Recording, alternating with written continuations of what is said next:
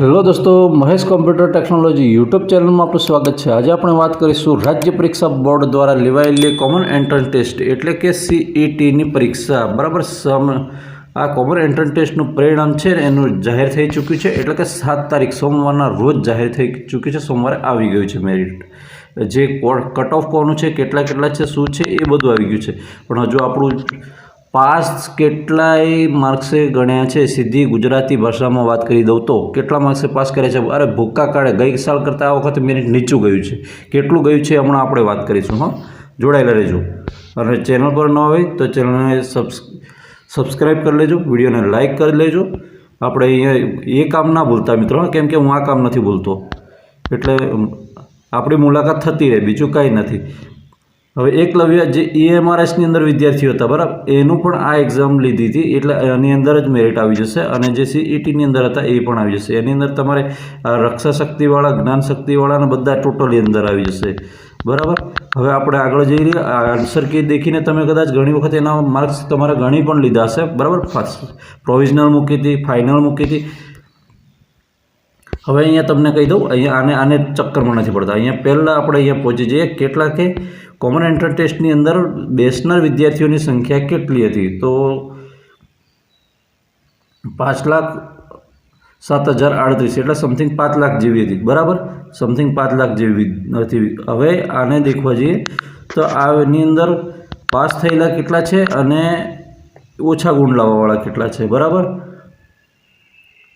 તો આપણે અહીંયા અંદાજે 50% વાળો રેશિયો છે ત્યાં પહોંચી જઈએ બરાબર।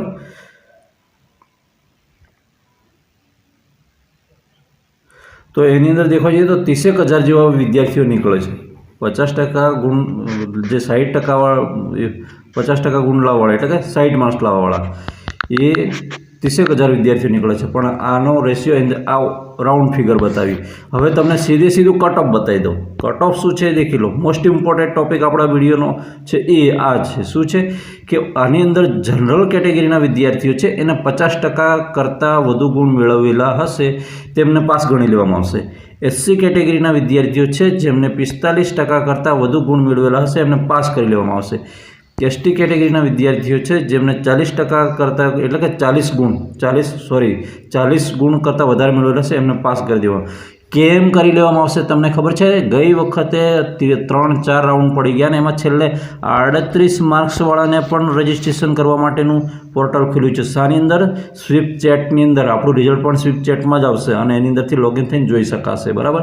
સ્કૂલ એટેન્ડન્સને એમાં બધામાં મૂકશે એ વાત અલગ છે, પણ અહીંયા એ જનરલ નોટિફિકેશન રાજ્ય પરીક્ષા બોર્ડ પર હમણાં આપણે મૂકેલું છે ને એની પર મૂકશે અને સ્વિફ્ટ ચેટની અંદર આ બધી વિગતો આવી જશે। તો એટલે ત્યાંથી તમે આપણું રિઝલ્ટ તમે જોઈ શકો છો બરાબર। અને કંઈ પ્રોબ્લેમ હોય, કંઈ ગડબડ હોય તો કોમેન્ટ કરજો, એનો જવાબ આપવાનો 100% હું પ્રયત્ન કરીશ। હવે કઈ શાળામાં કયા વિભાગમાં કેટલી શાળાઓ છે, શું છે એનો નેક્સ્ટ ટાઈમ વિડીયો આવશે આના પછી। ઓકે મિત્રો, વિડીયો ગમે તો વિડીયોને લાઇક કરજો, ચેનલ પર ન હોય તો ચેનલ સબસ્ક્રાઈબ કરવાનું બિલકુલ નહીં ભૂલતા। ફરી મળીશું આવી જ માહિતી સાથે, ત્યાં સુધી રજા આપો। જય હિન્દ।